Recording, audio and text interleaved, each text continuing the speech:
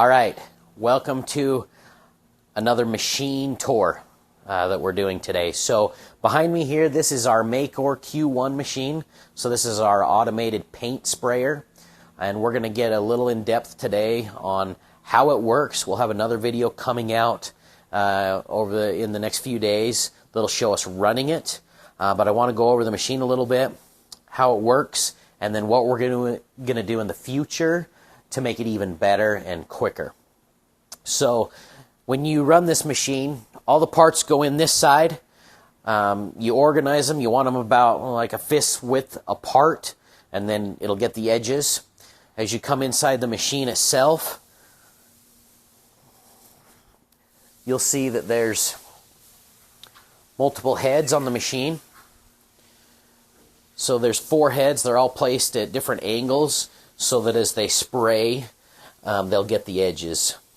So there's a light barrier, a sensor that knows where the parts are, and that sensor reads and then tells the machine where to spray. So inside this machine, there's actually 3 different circuits, they call them. So up on the head, we can rotate this to circuit 1, 2, or 3, and then the top one is a cleaning circuit. So we have 3 circuits that we can do 3 different colors. But the way we do our paint, we do everything with conversion varnish, which is a catalyzed product. So everything has to be mixed. And so we've purchased a 2K system, which I'm going to show you in just a minute, for mixing our paint. So currently we're only using 1 circuit. But we're excited for the future. We've bought some more equipment that we'll be able to use 3 circuits and have up to 9 colors, each circuit will have 3 pumps on it so that we can process more things through. Now, some of the modifications we've made to this machine, we are always trying to improve, right? Fix what bugs you, make things faster, better, easier. So as you look inside of here, this is a filter bank that we created with what's called a bow tie filter. These bow tie filters have a lot more surface area, so we don't have to change them as often. This used to have a filter bank down below inside of these. Inside of this bank, there was a filter bank in there, and then there's secondary filters up here, and almost a third filter that they recommended. And what we found is those filters would get gunk on them, and then that stuff would blow up and get into our finish. So we dropped the filters, added these bow tie filters. Now, instead of changing the filters every 2 days, we change them every few weeks, and we don't ever get junk from our finish. Are there the dried stuff on the other side of the machine too? There are. Yep, there's 2 banks of filters. So that works really well. Now let's come over to the end here, and I'll show you our 2K mixing system. This is what catalyzes our product. So we've got a 2K mixing system, and then we have 5 pumps here.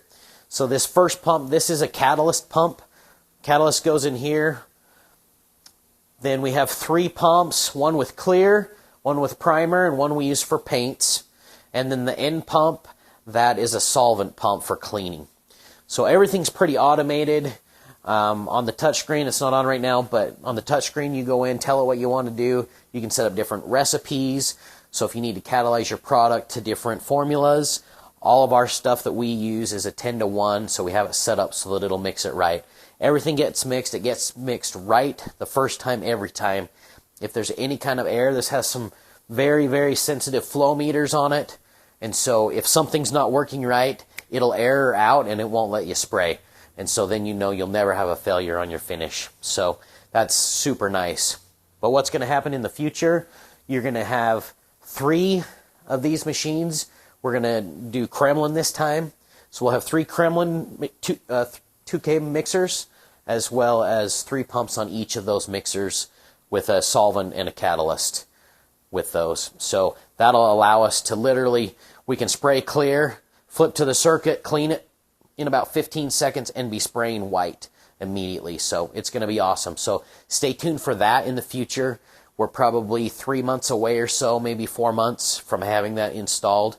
We're hoping about then, and then it'll be fun to see the differences in how much we can do. So currently, if there's a weird color, we're spraying white, let's say on this machine, and we need to spray another color, we'll hand mix that color So they're spraying that by hand in our hand booths, and we're not utilizing this machine. This machine will sit, but it's not worth flushing it out to spray that color. So that's what's going to be fun, is to see how quick things can go once we do that.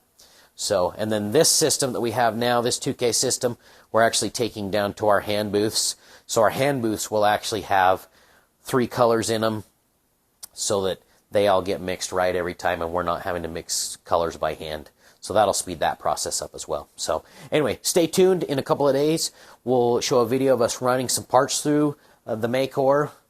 We're looking forward to it. And let us know if you have any questions in the comments below. So I have just a quick question before we end. You did a modification on the top, so let's talk about that. And then what other maintenance is required? Like, you've got the roll paper that obviously is used to catch excess paint and is wasted, but are there any other kind of maintenance items or things that are like that you would maybe advise people on to just be aware of the machine? Yeah. Again, as I always say, first rule of maintenance is keep it clean. Obviously, this is a paint machine. It gets paint on it. The paint won't come off the belts, but we do wipe the belts off every day. We do clean it every day, so there's not a lot of dust in it. Second thing is there are filters. So we made this extra filter bank. On the top, there's fans. The cabin to this machine is pressurized, which keeps, contaminants from outside from coming in. And so there's 2 fans on the top of the machine that bring air into the cabin of the machine. And there's filters on the top. You can see inside of it. There's 6 filters up in the top of this, and so that's one of the maintenance items, is replace the filters. Obviously, we talked about the bow tie filters that we replace every couple of weeks, but these filters used to get tons of dust. We opened them up one time, they had a 1/2 inch of dust on them. We'd done a really poor job in maintaining that. Now that we added our box on top with the furnace filters, we switch those furnace filters out once a month or so, and I've been able to run, I don't think we've replaced the filters in here for a year now. We took them down 2 weeks ago to grease some bearings. That's the other maintenance thing, is just a few bearings. Took them down to do the bearings, and there was no dust on top of it. So, furnace filters are what, $5? Something like that. The filters in here to replace are about $300, and so that was a huge win. So always improve. It makes your life better. It makes your life easier. We can change those filters out in about 2 or 3 minutes. These filters take an hour or 2. So anyway, lots of good things with that. Other than that, a little bit of greasing, a little bit of maintenance. Keep it clean. So let us know if there's any other questions.